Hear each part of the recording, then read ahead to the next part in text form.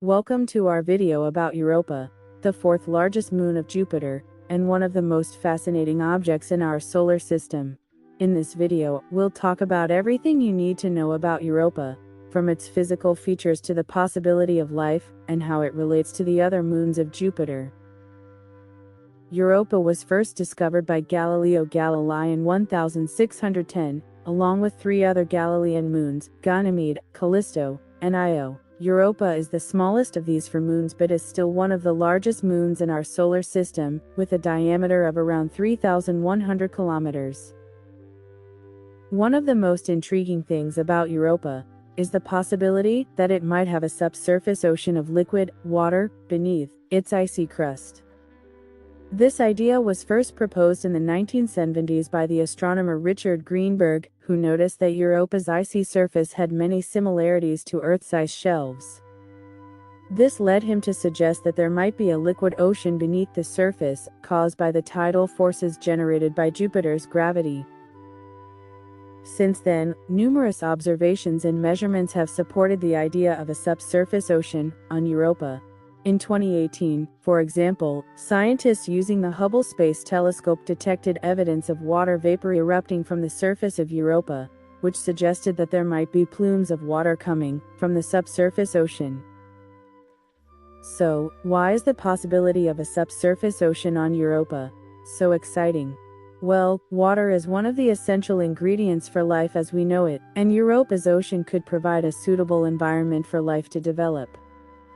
The ocean is also thought to be in contact with the rocky mantle below the icy crust, which could create a source of energy and nutrients for potential life forms. Europa's surface is covered in a layer of water ice, which appears to be broken into plates that have shifted and rotated, similar to tectonic plates on Earth.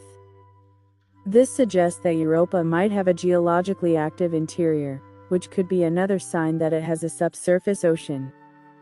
In fact, some scientists believe that the tidal forces generated by Jupiter's gravity could be enough to create a molten layer of rock beneath the icy crust, which could act as a source of heat and energy for Europa's ocean. Europa's environment is also heavily influenced by the other moons of Jupiter. For example, the gravitational pull of Jupiter and its other moons causes tidal forces on Europa that generate heat in the moon's interior. This heat is thought to play a crucial role in keeping Europa's subsurface ocean liquid. Europa's interactions with Jupiter's other moons, like Io and Ganymede, have led to some interesting phenomena. For example, the volcanic activity on Io generates a plasma torus around Jupiter, which can affect the magnetic field around Europa.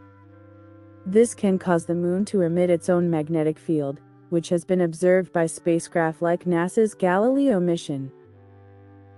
In recent years, there have been several missions to study Europa, including NASA's Galileo mission in the 1990s, and the Europa Clipper mission, which is currently in development by NASA, is expected to launch sometime in the next few years and arrive at Europa by the end of the decade.